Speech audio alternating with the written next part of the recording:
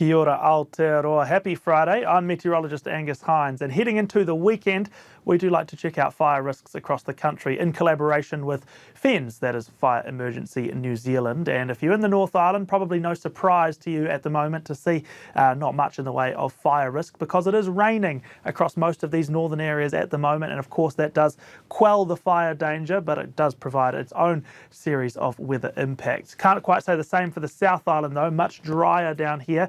And as a response, the fire danger is climbing through central and eastern parts of the South Island. Some very high risk areas at the moment. There are fire restrictions in many places around the South Island for now. So as per usual, if you're planning any outdoor burn-offs, before you light, head to checkitsalright.nz to check in with FENZ on their website. Now let's take a look at the weather, and this is the rain I was talking about. In fact, this rain has come in a little bit quicker than forecast. That means our forecast team has been working flat tack this morning to update and get on top of the situation. It's changing very, very rapidly. So we've got a whole new series of severe weather watches and warnings, mostly north of Lake Taupo, but not completely, as there is going to be severe weather through some other parts of the country. For now, we have this nice clear slot through Canterbury and Westland, but everyone else is cloudy. Rain hitting most places. That is going to continue as well. Rain across a lot of the North Island with heavy falls and thunderstorms for many through Friday afternoon and evening. It's a narrower line of rain that moves up the South Island. Cool wind change though, so after a couple of really hot days down here, it's going to cool off this evening.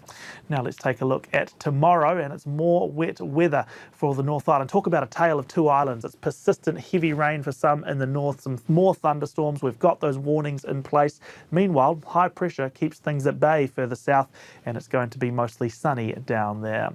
So rainy morning for most here, especially from Auckland southwards. Just a couple of showers across Northland, not as bad up there.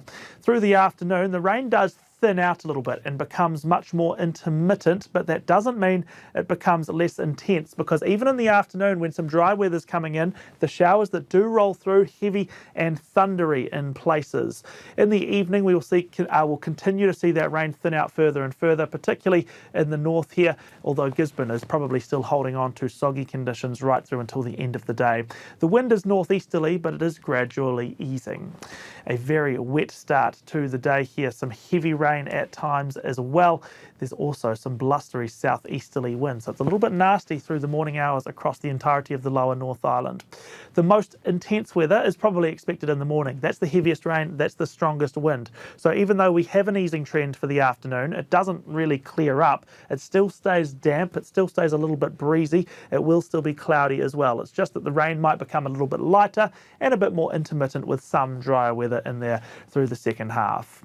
Across the South Island, little bits and pieces of morning cloud, and there will be some early rainfall too for North Canterbury, the Kaikoura coastline and coastal Marlborough. Much of that is gone before midday, and the sun is out for a bright afternoon here. Quite warm in places, particularly west of the Alps, 27 degrees, Hokitika and Greymouth, 20 for Christchurch, so that's about 10 degrees cooler than today.